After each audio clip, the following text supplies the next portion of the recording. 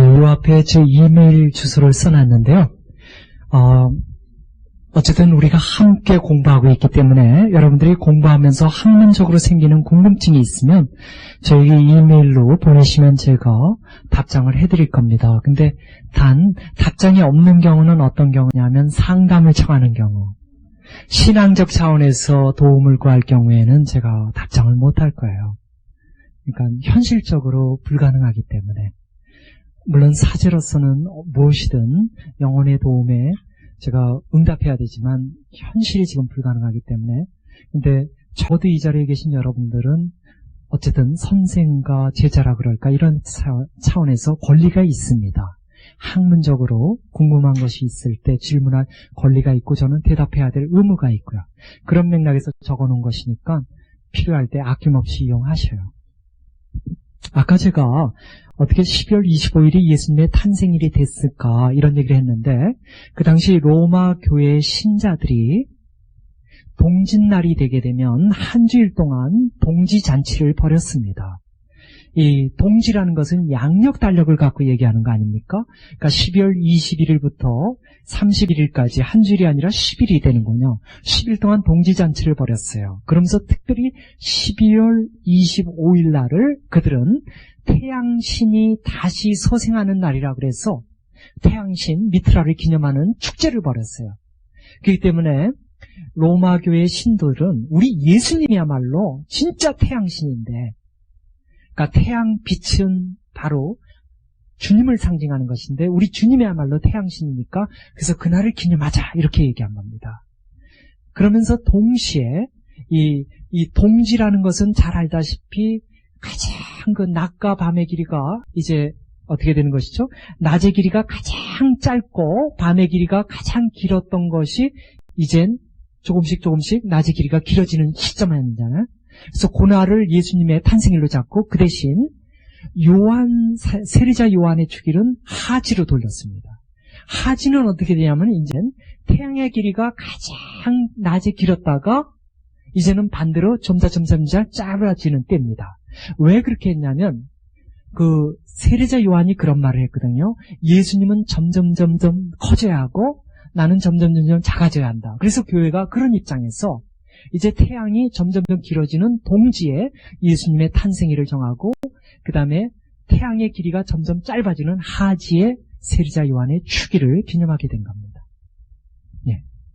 이런 맥락에서 나온 것이지 실제로 12월 25일 날 예수님이 탄생한 건 아니라는 거죠. 이 사실 때문에 지금 가슴이 너무 아프신 분 있어요? 어린아이들은 무지무지하게 아플 것 같아요. 예.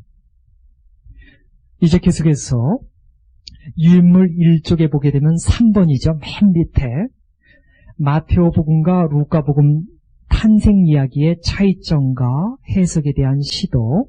그래서 제가 거기 자세히 써놨습니다. 두 복음서 사이의 차이점에서 한번 그 눈으로 보세요. 마테오복음 탄생 이야기가 전체적으로 어떻게 구성되어 있는지. 먼저 족보 이야기가 나오죠. 그 다음에는 천사가 요셉에게 나타나서 동정 마리아의 아기 예수 잉태를 알려주지요. 그리고 나면 동방 박사가 아기 예수를 조배하지요. 그리고 나서 성 가족이 헤로데 대왕의 박해를 피해서 이집트로 피신하지요. 그리고 나서 무지한 어린아이들의 죽음이 나오죠. 그리고는 이집트에서 성 가족의 피신 생활이 있고 그 다음에 나자레스의 기양입니다. 방금 우리가 읽었던 이 마테오복음의 구조와 그 밑에 나오는 루카복음의 구조를 비교해 보세요. 많이 다르죠. 루카복음에는 동방박사의 아기 예수 조배라든가 성가족의 이집트 피신 이야기라든가 베틀레헴의 그 무지한 어린아기들의 죽음에 대한 이야기가 없습니다. 또 반대로 루카복음을 갖고 마테오복음을 얘기하면 마테오복음에 없는 것들이 루카복음에 많이 나와요. 뭐냐면 목동들의 아기 예수 조배는 루카복음에만 나와요.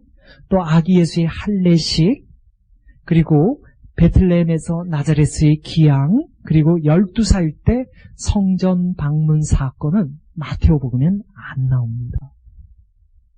그래서 지금 저는 전체적으로 보면 얼마나 다른가를 지금 설명하고 있죠. 그 다음에 일치 속의 차이점이 또 있어요. 거기 제가 유인물에 좀 쓰지 않았습니까? 아기 예수 탄생을 천사가 알려주는 것은 마테오, 루카 똑같습니다. 그러나 누구에게 알려주는 건 달라요. 마테오 복음에서는 요셉에게 알려주고요. 루카 복음에서는 마리아에게 알려줍니다. 그 다음에 탄생 장소도 베틀레헴은 같지만 구체적인 장소가 다릅니다. 마테오 복음에서는 집에서 태어납니다. 아기 예수를. 아마 씨를 처음 하시는 분이 이 자리에 있을 겁니다. 대다수의 그리스도인들이 처음 하는 경우가 많습니다. 그러나 루카 복음에서는 마국간에서 탄생합니다. 마테오 복음을 보시면 분명히 집에서 탄생했다고 나옵니다. 계속해서 두 복음서가 다 나자렛에서 살게 됐다고 얘기했는데 이유가 다릅니다. 마테오 복음에 따르면 원래는 베틀레헴에서 살아야 되는데 나자렛으로 피난길에 그쪽으로 간 것이고요. 루카 복음은 원래 부모님의 집이 나자렛이기 때문에.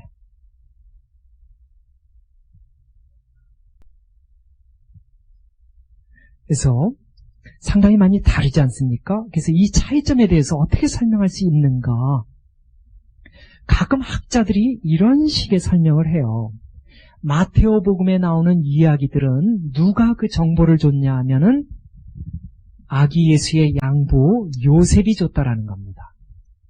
그렇기 때문에 요셉 중심으로 복음서가 쓰여질 수밖에 없었다는 것이죠.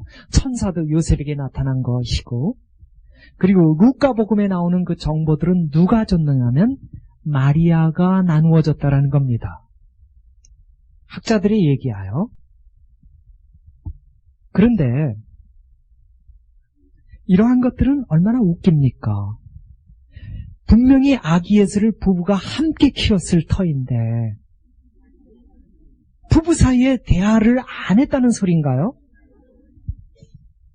너무나 두 복음의 탄생 이야기가 다르니까. 그러니까 마리아는 자기가 천사로부터 받았던 수태고지 이야기를 요셉에게 해본 적이 없고, 요셉은 또 자기가 받은 얘기를 해본 적이 없고, 이런 식의 논리거든요. 이 마테오 복음과 루카 복음에 나오는 이 탄생 이야기가 다른 것들은 문제점으로 보면 안 됩니다. 아까도 이미 설명했어요. 그냥 아기 예수 탄생에 대한 아름다운 두 개의 그림이 있을 뿐이에요. 각자의 그 미적인 감각을 갖고 아름답게 그린 겁니다. 병원에서 출생한 우리 아기의 출생 기록표가 서로 다르면 문제가 되지만 두 개가, 예수님의 탄생은 역사물이 아니라 우리들의 신앙을 고치시기 위한 기록물이기 때문에 각 복음사가가 자신들이 필요한 만큼 자료들을 사용해서 이야기한 것이죠. 그렇다고 해서 저는 지금 이 이야기들이 모두가 다 날조된 것이라고 얘기한 적 없습니다. 오히려 저의 시선은 다른 데 있습니다. 우리들은 이 차이점 속에서 왜 마테오는 이런 식으로 이야기를 우리에게 소개했을까? 루카는 왜 이런 식으로 소개했을까? 이 왜에 우리의 초점이 있는 것이죠. 일전에 한번 도올 김영호 선생님께서 이 KBS에서 논어 강의를 할 때 바로 이 부분 얘기를 하면서 이 부분이 역사성과는 관계가 없다는 얘기를 했다가 많은 그 그리스도교 신자들로부터 공격을 받게 됐었죠. 그러니까 역사적 사건하고는 관계가 없다 얘기하는 것과 역사적인 이 차이점 속에서 역사적인 질문을 하기보다는 왜 이런 식으로 소개했는가를 보는 시선을 가져야 된다는 얘기는 질적으로 다릅니다. 예. 그러니까 마테오는 왜 아기 예수가 탄생 시부터 박해받는 표적이 되면서 이집트까지 피난 가야 되는 이야기들을 이야기했을까? 루카는 반대로 가난하고 헐벗은 목동들이 아기 예수를 조배하는 것으로부터 시작했을까? 이런 질문들은 하나같이 학문적으로 얘기하면 편집 비평입니다. 편집 비평이라는 것은 아주 쉽게 얘기하면 동아일보 기자와 조선일보 기자가 똑같은 사건을 접했을 때 그 사건에 대한 기사를 쓰는 방법이 다릅니다. 조선일보는 조선일보 나름대로 어떤 편집관이 있습니다. 한겨레 신문은 한겨레 신문 나름대로 편집관이 있습니다. 그러니까 한쪽은 좀 보수적이고 한쪽은 진보적일 수 있어요. 그렇기 때문에 똑같은 사건을 보도하면서도 둘 다 똑같이 보도하고 있지만 사건에 대한 보도 내용이 상당히 색깔이 다릅니다. 이런 것들은 편집관이 다르기 때문에, 편집 방향이 다르기 때문에 똑같은 얘기입니다. 편집 비평이라는 게 그런 의미입니다. 복음서 저자가 갖고 있는 어떤 시각이 있습니다. 신학적인 시각이에요. 아니면 신학 강조점이라 그럴까요? 특별히 루카복음서 저자는 가난을 강조하고 싶기 때문에 목동들, 그리고 재물을 바칠 때 비둘기 단 2마리 이런 식으로.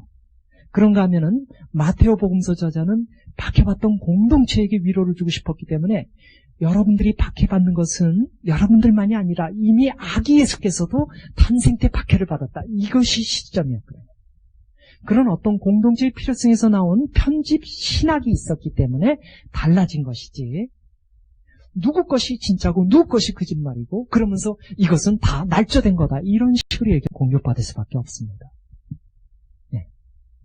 그런 식의 질문은 할 수 없는 것이죠. 일단 아무리 탄생 이야기가 서로 달라 보여도 공통점이 있습니다. 유인물 2페이지에 그 4번 있지 않습니까? 가로 열고 4번. 두 탄생 이야기 사이의 공통적인 보도와 역사성. 루카복음과 마테오복음이 똑같이 얘기하는 게 있습니다. 둘 다 아기 예수가 인간적 아버지를 통해서 태어나지 않았다는 겁니다. 성령에 의해서 동정으로 잉태되었다는 겁니다. 그 다음 둘 다 아기 예수가 다윗의 상속을 물려받은 요셉을 양아버지로 두면서 다윗 가문에 속했다는 겁니다. 그 다음 둘 다 예수가 헤로데 대왕 때 태어났다는 겁니다. 그리고 탄생한 장소는 유대 땅 베틀레헴이라는 겁니다. 그리고 둘 다 예수가 성장한 것은 갈릴리 나자렛이라는 겁니다. 이런 것들은 철저히 역사적인 뿌리를 갖고 있는 겁니다. 그렇기 때문에 단순한 날조로 얘기할 수는 없습니다. 그럼 이제부터 그 종합적인 탄생 이야기를, 그러니까 탄생 이야기에 대해서 종합적으로 접근합니다. 먼저 루카복음의 탄생 이야기. 거기 제목이 좀 그렇죠? 누구는 벙어리가 되고 누구는 축복받은 여인이 되는가. 이건 제가 어렸을 때부터 가진 질문이에요. 어렸을 때부터 이제 주일학교 선생님들을 통해서 들었던 얘기가, 지카리아가 성전에서 분향을 올리다가 천사를 봤는데 천사가 지카리아에게 이제 너가 아이를 갖게 될 거라고. 그때 이제 지카리아가 제가 이렇게 나이가 들었는데 어떻게 아이를 가질 수 있겠습니까?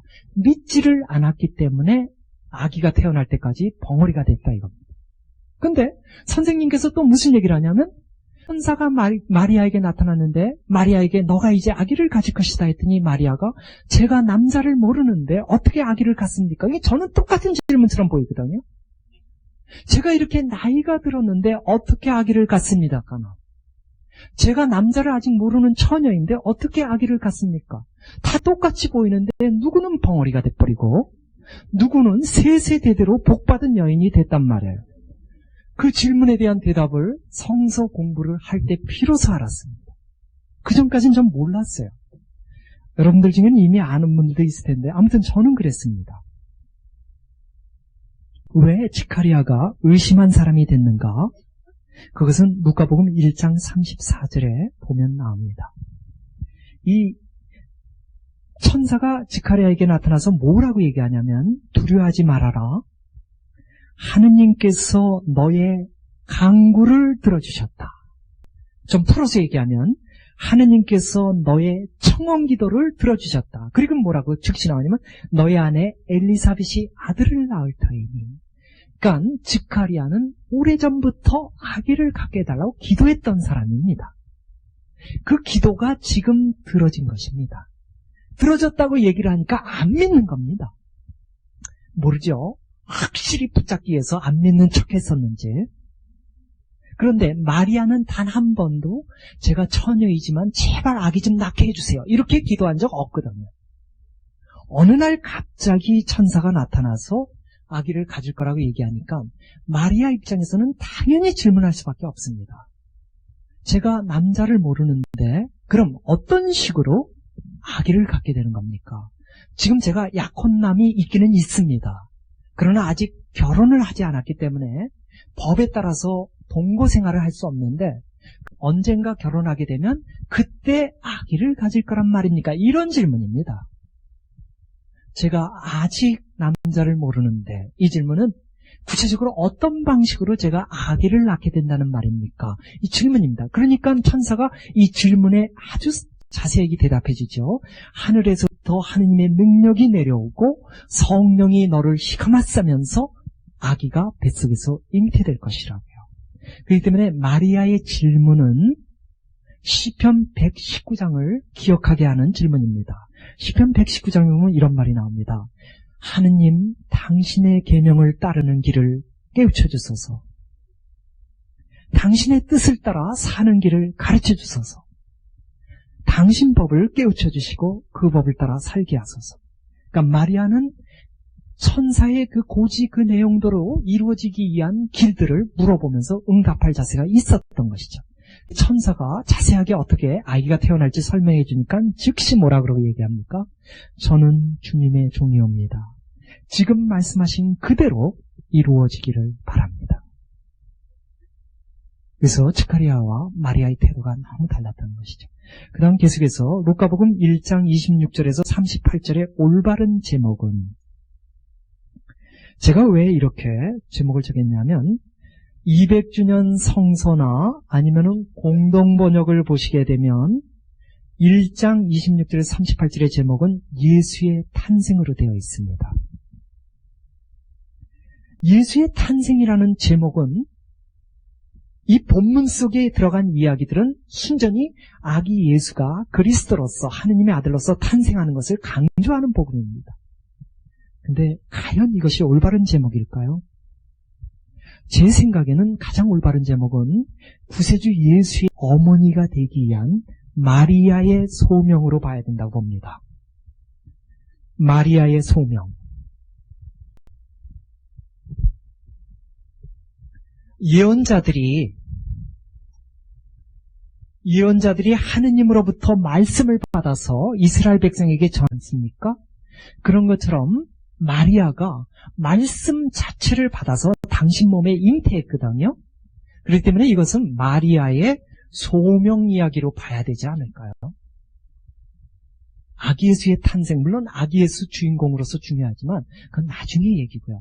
만약 마리아가 예라고 응답하지 않았다면 아마 천사는 또 다른 집을 찾아가야 됐을 거예요. 또 다른 마리아를 찾아서. 마리아의 예가 있었기 때문에 아기 예수가 탄생할 수 있었거든요. 그러니까 시선은 마리아에게 가야 된다 이거죠. 이 점을 우리가 이런 식으로 입증할 수 있습니다. 통상 구약성서와 신약성서에 봉사자들이 불림받는 장면을 분석해보면 됩니다. 이름하여 소명사라고 그래요. 그러니까 소명이라는 말은 부르심이죠. 모세가 부름을 받은 이야기나 이사야가 부르심을 받은 이야기, 아니면 베드로가 부르심 받은 이야기들을 보면 항상 순서가 있습니다. 여러분들 유인물에 나와요. 이쪽에 맨 밑에 보면 통상 소명사가 갖는 양식 구조. 먼저 상황묘사가 나옵니다. 모세가 시나이에서 양을 치고 있습니다. 베드로가 밤새 물고기를 잡고 나서 한 마리도 못 잡아서 허탈한 상태에서 그물을 싣고 있습니다. 이런 식으로 상황묘사가 나옵니다. 그러고 나면 하느님께서 모세 앞에 아니면 예수님께서 베드로 앞에 나타납니다. 그게 두 번째입니다. 하느님과 선택받은 자의 만남입니다. 그리고 나서는 소명을 줍니다. 모세 보고 소명을 주죠. 이집트 땅에 가서 너의 동족들을 해방시키라고요. 그러면 세 번째가 뭐냐면 모세가 불복종합니다. 저는 말을 못하기 때문에, 저는 입술이 어눌하기 때문에, 저는 당신 앞에 깨끗한 자가 아니기 때문에 불복종을 합니다. 그렇게 됐을 때 하느님께서 그 불복종한 그 사람이 하느님의 부르심에 응답할 수 있도록 무엇인가 징표를 보여줍니다. 예를 들어서 모세에게 그렇게 얘기하죠. 너의 손에 있는 것이 뭐냐? 모세가 얘기하죠. 지팡이입니다. 그 지팡이를 던져보아라. 던지니까 갑자기 이게 뱀이 되거든. 그 뱀의 꼬랑지를 잡아보아라. 잡으니까 다시 지팡이가 되고. 그러면서 확신을 주죠. 그럼 맨 마지막에 소명을 받아들이는 거거든. 이런 구조로 되어 있습니다. 이런 구조로 되어 있는데 루카복음 1장 26절부터 38절도 바로 이런 구조입니다. 똑같은 구조로. 다만 차이가 있습니다. 우리가 성서를 보게 되면 부름받은 사람들이 하나같이 하느님의 부르심에 예수님의 부르심에 한 번은 꼭 불복종을 합니다. 모세는 무려 5번이나 불복종했지만요. 다들 불복종했습니다. 이사야는 자기 입술이 더러워서, 예레미야는 자기가 아직 어린 나이라고 해서, 기드온도 자기가 어린 나이라고 해서요. 베드로는 자기가 죄인이라고 해서 다 거절했습니다. 근데 유일하게 거절하지 않은 경우가 성모 마리아입니다. 그러니까 이 소명사의 틀을 따라는 가는데 세 번째가 빠집니다. 불복종이. 마리아만이 유일하게 군더더기 없이 하느님의 부르심 앞에 즉시 주님의 종이오니 그대로 이루어지기를 바랍니다 하고 응답했던 겁니다. 그래서 우리는 이 유인물에서 보면 제목이 나오지만 마리아의 그 이해가 주는 메시지에 대해서 영적인 이득을 좀 취하도록 하겠습니다. 그러니까 좀 전까지는 성서 본문에 대한 분석이었습니다. 그러니까 적어도 우리가 알고 있는 이 성서에 아기 예수의 탄생이라는 제목은 올바른 제목이 아니다. 적어도 학문적으로 양식 비평을 통해서, 여기서 양식은 소명사의 양식이죠. 굉장히 지금 제가 어려운 단어를 썼어요. 근데 사실 어렵다고 해서 못 알아들은 건 없잖아요. 양식 비평을 통해서 볼 때 이 제목은 올바른 제목이 되려면 구세주의 어머니가 되기 위한 마리아의 소명 이야기다. 이런 건 철저히 공부입니다. 아까 얘기한 첫 번째 본문의 의도입니다. 그러나 여기서 끝나면 안 되겠죠. 이것이 구체적으로 나에게 어떻게 적용되는가? 그럴 때 제가 쓰는 언어가 있습니다. 앞으로 자주 쓸 건데요. 우리는 이제부터 이 마리아의 예가 우리에게 어떤 의미를 주는지 영적 이득을 취해봅시다. 이러면 이게 바로 나에게 적용되는 걸 해보자는 겁니다. 물론 여러분들 각자가 또 이 말씀 앞에서 적용을 받아야 되는데 우리 모두가 거의 공감대를 가지면서 적용할 수 있는 걸 제가 얘기하는 것이죠. 마리아가 얘기하지 않습니까? 저는 주님의 종이옵니다. 지금 말씀대로 그대로 이루어지기를 바랍니다. 단호한 의지력과 정신력, 대범성을 보이는 말이죠. 성서학자들이 보았을 때 마리아가 이때 나이가 아무리 많아봤자 14살, 15살일 거라고 얘기합니다. 그 당시 풍습은 여자 나이 12살이 되면 시집을 보냈거든요. 그러니까 12살에서 15살, 이 10대 초반의 나이에 마리아라고 응답한 겁니다. 근데 하느님께서는 당신이 인간에게 요구할 수 있는 행위 중에 가장 위대한 신앙의 행위를 요구했습니다. 하느님이 뭘 요구했죠? 마리아에게? 하느님의 어머니가 되어달라 이겁니다. 예수님은 하느님이십니다. 하느님이신 예수님의 어머니가 되어달라는 건 이건 현기증 나는 요구일 겁니다. 마리아가 이 요구를 받았을 때 잠들어 있었는가? 아니요, 깨어 있었습니다. 가끔 수녀님들이 묵상할 때 이 부분에서 어떻게 묵상하냐면 마리아가 뭐를 하고 있다가 가브리엘 천사를 만나냐면 묵주기도를 하고 있다가 가브리엘 천사를 만났다는 겁니다. 근데 묵주기도는 한참 뒤에 생긴 겁니다. 묵주기도가 어떻게 시작되죠? 성모성에 은총이 가득하신 마리아여 기뻐하소서.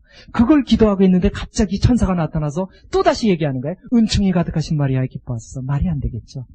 예. 아무튼 마리아는 깨어 있었거든요. 깨어 있다가 천사의 그런 전달을 받고 나서 곰곰이 생각했거든요. 환시 속에서 아니면 꿈속에서였으면 곰곰이 헤아릴 수가 없습니다.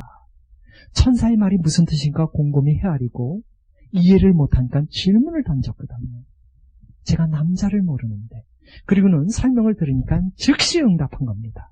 이해라고요. 그렇기 때문에 마리아는 벌써 몸이 아기 예수를 잉태하기 전에 이미 정신으로 아기 예수를 잉태한 겁니다. 잉태할 자격이 있었던 것이죠. 마리아의 이 예는 인류를 구원하는 예의 응답이죠.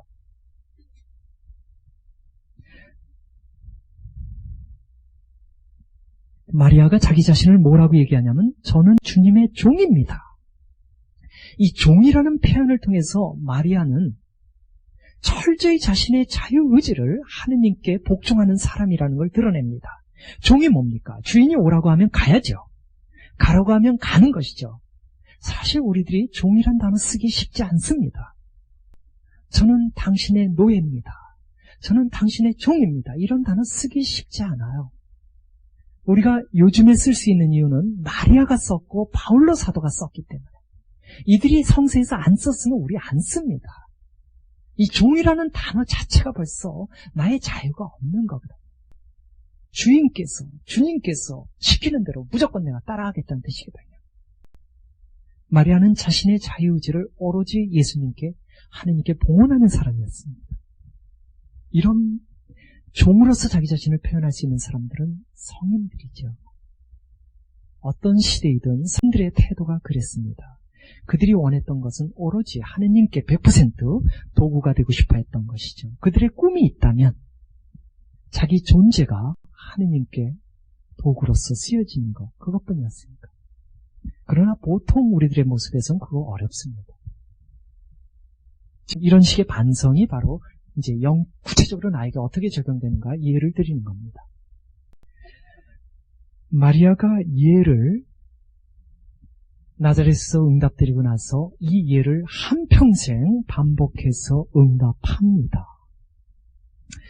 교회는 마리아의 신앙을 표현할 때 피에타라고 표현하고 있습니다.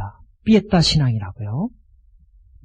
이 피에타라는 것은 여러분들 그 미켈란젤로가 성모 마리아께서 십자가에서 죽은 예수님을 안고 있는 그 조각품의 제목을 피에타로 정한 데서 알 수 있겠죠?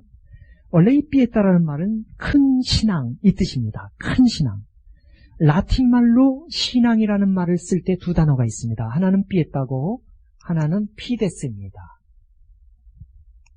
그래서 보통 우리들의 신앙을 표현할 땐 피데스입니다. 라틴 말로. 그러나 성모님의 신앙을 표현할 때는 피데스라고 얘기하지 않습니다. 왜냐하면 너무나 큰 신앙이었기 때문에 피에타라고 표현합니다. 단순한 신앙이 아니라 큰 신앙. 십자가에서 죽은 당신의 아드님을 당신 품에 안기까지 철저히 예라고 응답했던 신앙이기 때문에 피에타라고 부릅니다. 충실한 신앙, 큰 신앙. 계속해서 우리에게 적용될 수 있는 것이 뭐가 있는가 하면 할지라도의 신앙입니다. 무슨 얘기인가 하면 좀 전에 제가 십자가 얘기를 했는데요. 예수님께서 십자가에 매달려 죽었을 때 성모님께서 어디 있었는가? 십자가 밑에 있습니다. 그냥 있었던 게 아니라 서 있었습니다. 이게 서 있었다라는 게 보통 일이 아닙니다. 사랑하는 아들이 피를 흘리며 십자가에서 죽어갈 때 서 있을 수 있는 어머니가 과연 몇 명이나 있을까요? 마리아는 망연자실하지 않았습니다. 기절해버리지도 않았습니다. 병사들을 향해 당신의 몸을 내어던져서 아들을 죽지 못하도록 저가하지도 않았습니다. 어떤 저주나 분노의 절규도 없었습니다. 절망의 울부짖음도 없었습니다. 오로지 십자가 옆에 꿋꿋이 서서 죽어가는 아들을 외면하지 않고 똑바로 응시하고 있었습니다. 이 응시하고 있는 마리아의 모습을 통해서 우리는 그분의 신앙이 피에타 신앙이면서 충실한 신앙이면서 동시에 할지라도의 신앙이라는 것을 배우게 됩니다. 믿음에는 두 종류가 있습니다. 무엇이라면의 믿음이 있고요.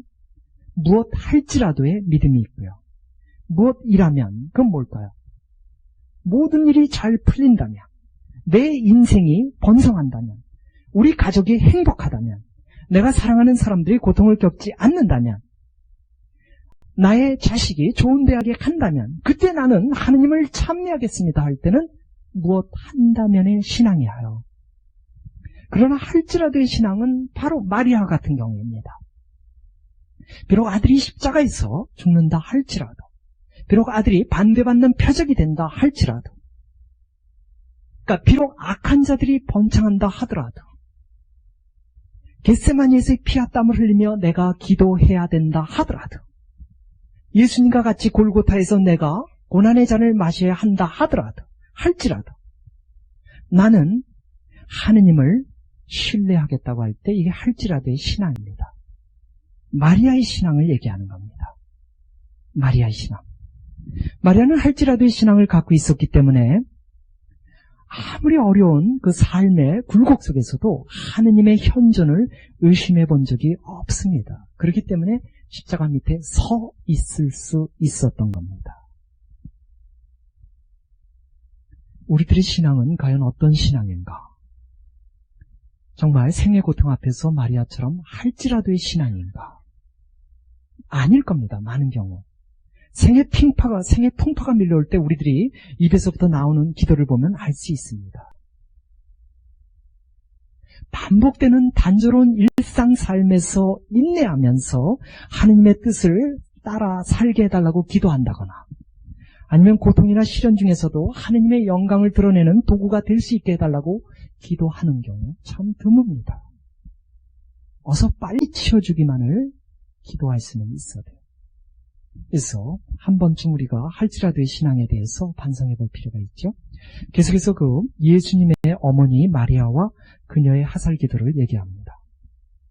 이 복음서 저자들이, 작가가 아니라 저자들이 마리아를 언급할 때 항상 쓰는 단어가 있습니다. 예수의 어머니입니다. 몇 가지 제가 예를 들을게요. 어서 일어나 아기 예수와 아기 어머니를 데리고 이집트로 피난하거라. 예수의 부모는 3일 만에 성전에서 예수를 발견하고는 깜짝 놀랐다. 그의 어머니는 예수를 보고 꾸짖기를. 계속해서 사흘째 되던 날 갈릴리 가나에 혼인잔치가 있었다. 예수의 어머니가 거기에 계셨고 예수도 그의 제자들과 함께 있었다. 이런 식으로 마리아를 얘기할 때 항상 예수의 어머니라고 얘기합니다. 십자가 밑에는 예수의 어머니와 사랑받는 제자가 있었다. 그래서 지금 아기 예수의 탄생 이야기를 접하면서 예수의 어머니로서 마리아가 뱃속에 있는 아기 예수를 향해서 가졌던 태도는 어떤 태도일까? 또 아기 예수가 이제 성장하면서 또 성장한 젊은이로서 예수를 보았을 때 마리아는 어떤 태도를 갖고 있을까? 이 얘기입니다. 일단은 아기 예수, 뱃속에 있는 아기 예수부터 보도록 할게요. 어머니로서 아기 예수를 향해 마리아가 가졌던 그 마음의 태도, 친밀함의 태도를 보기 위해서 제가 아프리카 어떤 부족의 얘기를 좀 해드리겠습니다. 지금 시간은 굉장히 공부를 하기보다 영적 차원이죠. 동부 아프리카 어떤 부족에서는 한 사람의 생일이 그 사람이 태어난 날 생일을 정하지 않습니다. 혹시나 엄마 뱃속에 그 아이가 잉태된 날이 생일이라 그러면 그날을 생일로 할 수 있을까? 근데 그렇게 하지도 않습니다. 뱃속에 잉태되어지는 날을 생일로 정하지도 않습니다. 아마 여성으로서 어머니라서 계산할 수 있겠죠. 언젠가 이 아기가 내 뱃속에 들어왔는지 그날을 생일로 정할 수도 있는데 그렇지도 않습니다. 그 부족은 어떻게 생일을 정하는가? 성장한 처녀가 어떤 마음에 사모하는 젊은이가 있게 되면 그 젊은이를 가슴에 품고는 마을 입구에 있는 큰 나무 아래 갑니다. 그래갖고는 그 나무 아래에서 앉아갖고 이 뱃속에서부터 노랫소리가 들려오기를 기다립니다. 이 노랫소리는 아기의 노랫소리예요. 그래서 노랫소리가 들려오기를 한참을 기다리고 틀릴 때까지 기다리는 거죠. 노랫소리가 들리게 되면 그 노래를 부르면서 자기가 사모하는 그 젊은이에게 갑니다. 그래서 혹시나 그 젊은이가 이 처녀가 부르는 노래를 같이 배우게 되면 그날 그들은 함께 잠을 자게 됩니다. 그때부터 그들은 부부가 됩니다. 근데 엄마가 이 나무 밑에서 들었던 그 아기의 노랫소리, 바로 그날이 아기의 생일입니다. 이제 함께 사랑을 나누면서 부부가 되지 않습니까? 그리고 언젠가 아기가 잉태돼서 태어나게 되죠. 그럴 때 태어나기 전부터 마을의 나이든 여인들 그리고 산파 역할을 하는 분들이 이 아기의 노래를 계속 함께 부릅니다. 그러면서 아기가 태어날 때 자신의 노래를 들으면서 태어나게 되는 겁니다. 그리고는 아기가 성장해 가는 중에 여러 가지 위태로운 일들이 많죠. 그 병에 걸리기도 하고 때로는 그 벌레나 짐승에게 물리기도 하고 이럴 때마다 마을 사람들이 다 같이 모여서 그 아이의 노래를 불러줍니다. 마지막으로 이 노래가 불려지는 것은 그가 죽을 때입니다. 참으로 그 친밀함이 뭔가를 가르쳐주는 노래인데요. 그럼 가브리엘 천사가 마리아에게 나타나서 이제 너의 뱃속에 하느님의 아들 예수님이 이제 잉태될 것이다 했을 때 과연 마리아는 뱃속의 아기를 향해 무슨 노래를 불렀을까? 이 자리에 많은 분들이 엄마들이에요. 아이들을 다 낳고 성장시킨 분들이죠. 당연히 사랑하는 자식을 뱃속에 품게 되면 자연스럽게 뱃속의 아기를 향해서 사랑의 언어가 나갑니다. 그것이 노래로서 나가든 아니면 어떤 화살기도처럼 나가든 뱃속의 아기를 향해서 사랑의 언어를 들려주게 되죠. 사랑의 열매로서 내 뱃속에 지금 앉은 아기에게. 분도 수녀의 수녀님으로서 한국에 선교사로 와서 원산에서 사시다가 6.25 때 북한군에게 붙들려서 5년 동안 옥살이를 했던 수녀님이 한 분 있습니다. 깰트루드 수녀님입니다. 이 5년 동안 감옥살이 했던 것들을 이분이 영성시를 썼는데 너무나 아름답고 정말 힘이 되는 시인데요. 어려움이 있는 분들은 이 시를 읽으면 참 좋습니다. 시집의 이름은 암흑과 폭풍 속에 너 영혼아. 수녀님의 이름은 깰트루드고요. 분도 출판사에서 나왔는데요. 암흑과 폭풍 속에 너 영혼아.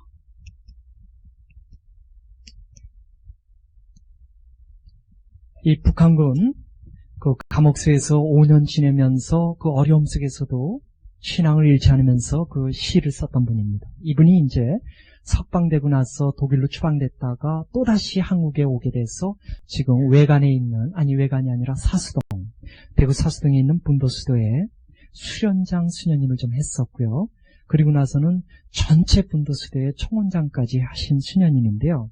이분이 수련장을 하실 때 수련자들에게 들려줬던 얘기예요. 그 얘기를 또 제가 어떻게 인연이 닿아서 들은 겁니다. 무슨 얘기를 들려줬냐면 성모님께서 아기 예수를 뱃속에 품었을 때 이런 하살 기도를 드렸다는 겁니다.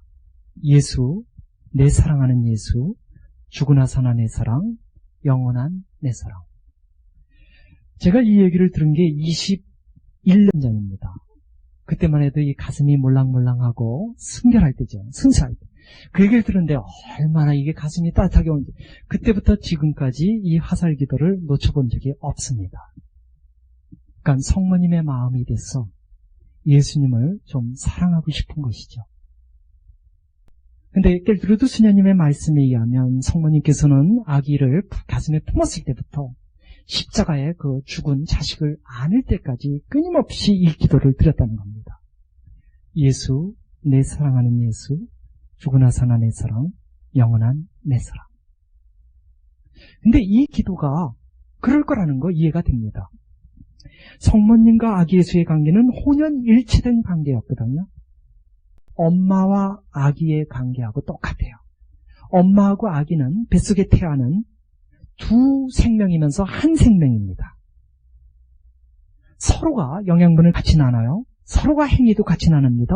감정도 같이 나눕니다. 엄마가 기뻐하면 아기도 기뻐하죠.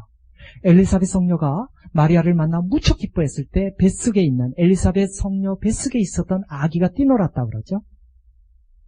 그런 식으로 혼연일체의 관계를 엄마와 뱃속에 태아는 나누게 됩니다. 그래서 성모님께서 혼연일체적인 사랑을 그런 식으로 표현했던 것이죠. 한평생. 모르겠습니다. 우리 역시 이 화살기도를 통해서 성모님의 심정처럼 예수님과 혼연일체의 관계를 가지려고 해볼 수 있는지요. 계속해서 봅시다. 포대기 그리고 구유 속의 아기 예수. 저희 예수의 신부님이신 존포엘 신부님께서 이런 말씀을 했어요. 만약 하느님께서 당신에게, 존포엘 신부님에게 베틀레헴에 보내서 성탄을 준비하라고 명령을 내렸다면 그는 제일 먼저 산부인과 병원을 알아볼 거랍니다. 그리고 의사와 비상연락망을 준비해 놓을 거라는 거예요. 그리고는 각국의 대표에게 연락해서 태어날 아기 왕 중의 왕을 예배 오도록 아주 멋있는 청첩장을 보낼 거랍니다. 그리고 그 손님들이 머물게 될 호텔을 완벽하게 준비할 것이고요. 그리고는 세계 모든 매스컵에 타전을 보내서 아기 예수 왕께서 탄생한다는 소식을 머리기사로 실으라고 알려줄 거랍니다. 그리고 축하의 빵빠루를 울리고요. 그리고 아기 예수가 탄생하면은 한 주일 내내 전국적으로 축제를 베풀 거라고. 그래서 모두가 영원히 기억하는 날로 만들겠다. 이렇게 얘기를 했어요. 근데 예수님께서 어디 태어나냐면 어이없게도 냄새나고 습기찬 애양간에서 태어났죠. 상아로 된 요람 속에 태어난 것이 아니라 거친 여물통톡에 태어났죠. 보들보들한 비단에 쌓인 것이 아니라 얼굴 설킨 거친 포대기 속에 쌓여 있었던 것이죠. 도대체 왜 이랬을까? 왜 하느님께서 이런 식으로 예수님을 이 세상에 보냈었을까? 고린도전서 1장에 보면 약간 답을 줍니다. 우리 하느님께서는 지혜로운 자들을 부끄럽게 하시려고 오히려 세상의 어리석은 것들을 택하십니다. 하느님께서는 강한 것을 부끄럽게 하시려고 세상의 약한 것을 택하셨습니다. 또한 하느님께서는 잘난치 않은 것들을 무력하게 하시려고 세상에서 미천한 것과 멸시받는 것, 아무것도 아닌 것들을 택하셨습니다. 성서 본문을 보게 되면 포대기와 구유를 아주 많이 강조하고 있어요. 2장 7절, 12절, 16절.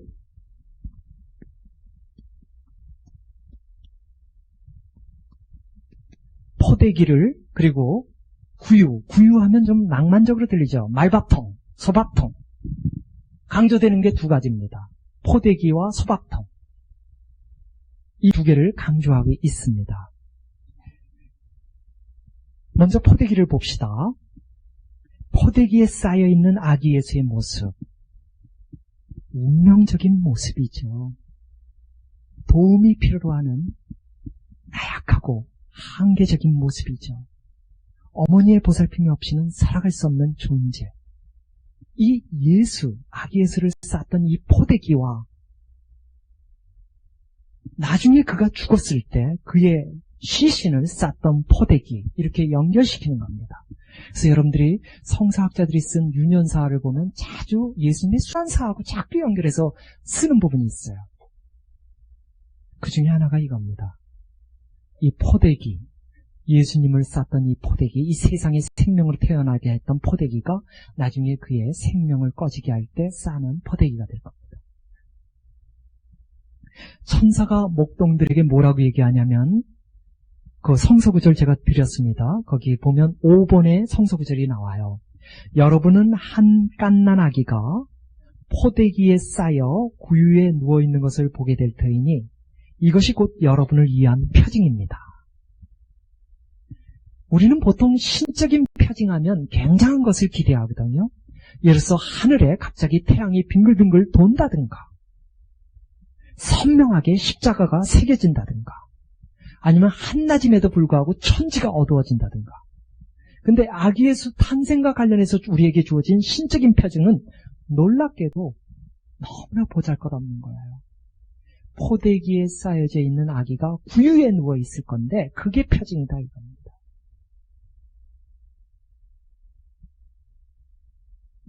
전승에 의하면 아기 예수가 태어났던 애양가는 인간이 인간으로서 대접받지 못하던 사람들, 그러니까 참으로 비참하고 더러운 인간들이 와서 하룻밤을 보냈던 바로 그 애양간이랍니다.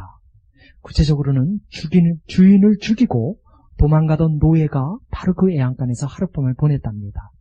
또 몸을 파는 창녀가 주인한테 너무 시달리면서 힘들고 피곤해서 잠시 주인의 눈을 피해 잠시 와서 쉬고 갔던 외양간이라는 겁니다. 그리고 부모를 잃고 구걸하며 살아가던 고아가 잠시 하룻밤을 보냈던 바로 그 외양간이라는 겁니다. 똥냄새, 분뇨냄새, 짐승들의 냄새가 가득한 것, 그리고 말밥통 속에 이렇게 눕혀져 있다라는 것. 참으로 혼탁하고 어지러운 이 세상에서 당신이 자리를 잡는다는 것이죠.